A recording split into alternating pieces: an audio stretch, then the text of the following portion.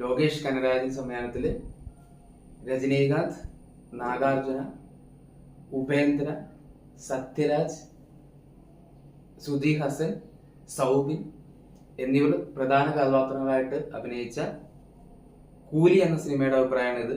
അണിയറ പ്രവർത്തകരെ ഒരിക്കലും കുറ്റം പറയാൻ പറ്റില്ല. കാരണം എന്താണെന്ന് വെച്ച് കഴിഞ്ഞാൽ ഈ സിനിമയ്ക്ക് മുമ്പ് ട്രെയിലർ വെക്കായിരുന്നു. ആ ട്രെയിലറിൽ തന്നെ ഉണ്ടായിരുന്നു, നിങ്ങൾക്ക് വേണേ കണ്ടാൽ മതി, അങ്ങനത്തെ വലിയ പടമൊന്നുമല്ല എന്നുള്ള തെളിയിച്ച ഒരു ട്രെയിലറാണത്. അത് അവർ അറിഞ്ഞുകൊണ്ട് തന്നെ ഇട്ടതായിരിക്കും.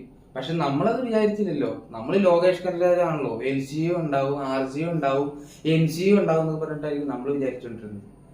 പക്ഷെ അത് ഇന്നലെ പുള്ളി ഒരു പോസ്റ്റ് ഇട്ടായിരുന്നു രാത്രി, ഇത് LCU അല്ല, സ്റ്റാൻഡ് ലോൺ മൂവിയാണ്, അതുകൊണ്ട് ഇത് രജനി അണ്ണന്റെ 50-ാം വർഷം തികയുന്ന പടമായ കാരണം അത്ര പ്രത്യേകത ഉണ്ടാവും, അതുകൊണ്ട് നോ സ്പോയിലേഴ്സ് എന്നൊക്കെ ഒരു സംഭവം ഇട്ടുണ്ടായിരുന്നു. അപ്പൊ നമ്മൾ വിചാരിച്ചു വീണ്ടും എന്തോ സംഭവമുണ്ട്, LCU അല്ലെങ്കിൽ സംഭവമുണ്ട്.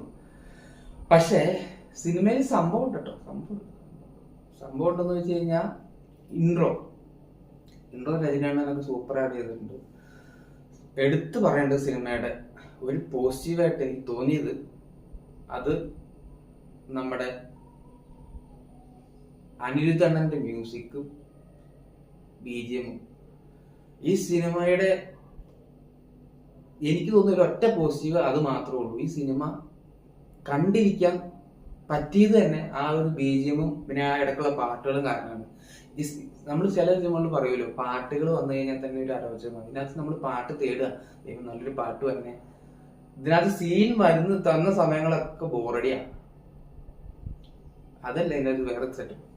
ഇതിന്റെ സ്റ്റോറി ലൈനാണ് ഒരു സ്പെഷ്യൽ ടൈപ്പ് സ്റ്റോറി ലൈനാണ്. നമ്മളത് പുതിയ തലത്തിലേക്ക് പോകുന്ന സംഭവങ്ങളൊക്കെ ഇതിനകത്തുണ്ട്.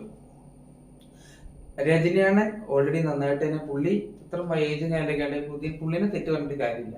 പക്ഷെ ലോകേഷനെ ലിയോ ഇറങ്ങിയപ്പോ ലിയോയുടെ ഫ്ലാഷ് ബാക്ക് വളരെ മോശമെന്ന് പറഞ്ഞ് അത് പടത്തിന് വളരെ താഴ്ത്തിയൊരു സംഭവം ഉണ്ടായിരുന്നു. ഇതിന് ഇനിയിപ്പോ എന്താ താത്താനുള്ളതെന്ന് ഞാൻ ഇപ്പൊ ആലോചിച്ചുകൊണ്ടിരിക്കുന്നത്. താത്താനായിട്ട് ഒന്നുമില്ല, മൊത്തത്തിൽ താന്ന് കിടക്കുന്ന കാരണം പ്രത്യേകം താത്താനായിട്ടൊന്നും ഇല്ല. നമ്മളിത് എന്റെ പേഴ്സണൽ ഒപ്പീനിയൻ ആണ്, അതുകൊണ്ട് എല്ലാവർക്കും ഇതായിരിക്കില്ല അഭിപ്രായം. അപ്പോ നിങ്ങൾ കാണുക എന്തായാലും. പിന്നെ ഇതിനകത്ത് 2-3 കാര്യങ്ങൾ പറയാനെന്ന് വെച്ച് കഴിഞ്ഞാൽ, നമ്മുടെ മലയാളി സൗബിനകത്ത് ഒരു നല്ല കഥാപാത്രമായിട്ടാണ് ചെയ്തിരിക്കുന്നത്. അത് പുള്ളിക്ക് ത്രൂ ഔട്ട് റോള് കൊടുത്തിട്ടുണ്ട്. പക്ഷെ അത് വേണ്ടായിരുന്നതാണ് എന്റെ അഭിപ്രായം. ഇന്റർവ്യൂവിൽ സംഭവം ഉണ്ടായിരുന്നു, അതുകൂടെ പരിപാടി തീർക്കണമായിരുന്നു നല്ലതെന്നാണ് ഒരു അഭിപ്രായം. പക്ഷേ